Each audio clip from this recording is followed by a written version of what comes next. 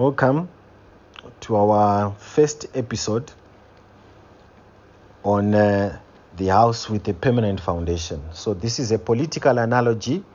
Please, when you listen to this, we invite you to come with an open mind. Don't come already with your own convictions. We are going to start with this first episode. It's a primitive way of looking things, how we want things to be done or how we see things need to be done. And then from there we look at other complex situations. Please like, subscribe, comment if you've got a different way of seeing things so that maybe we can incorporate that in our next episode. Chapter 1. The House and its Builders. Imagine a country as a big house. Every few years, new tenants move in. They paint walls, rearrange furniture, fix leaks. These are the elected leaders, the ministers, the prime ministers. They have energy, new ideas, and a short lease, 4 or 5 years. But a house cannot stand on tenants alone. If every 5 years you knock down the foundation and start again, the house cracks. So every stable house has something else, a permanent foundation. The foundation doesn't change with the tenants. It holds the house up through storms, renovations, and bad landlords. In politics, that foundation is the permanent, ultimate power, a family, a lineage, a council, or a people who are trusted to be the guardians of the house itself. Chapter 2. The Monarchy Model. England. Look at England. The Prime Minister changes. Policies change. Parties fight. But above it all sits the crown. The monarch doesn't run daily politics. The monarch doesn't get voted out. What does the crown do? It provides continuity. It reminds everyone, this house was here before you, and it will be here after you. Because the foundation is permanent, the tenants can be creative. They can experiment, take risks, govern for a term, knowing the house itself won't collapse. If a tenant starts damaging the house, the foundation is still there to correct course in the long run. Chapter 3. The Family Business. What do? I do business. I deal on deals. If you have a good deal, you get it to me. If I like it, I buy your deal. If you have money to buy my own, I give you my deal, you pay. And that's business. What sort of deal? Give us example. Look, there are people who work for their Model. Now think of a family business. The CEO changes every few years. Managers come and go with new strategies. But the owning family stays. Why? Because the family has the long view. They're not thinking about next quarter's bonus. They're thinking about the grandchildren. So they hire professional managers, creative, skilled, and give them a term. Run this for 5 years. Grow it. But remember, who owns the house? When the business is stable, it's because everyone agrees. The family is the ultimate authority. The son or daughter can take over when the time comes.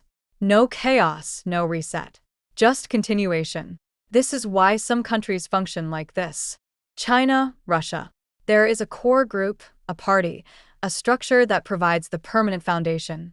The people in office rotate, but the house doesn't get sold every election cycle. Chapter 4. Conflict. When foundations collide.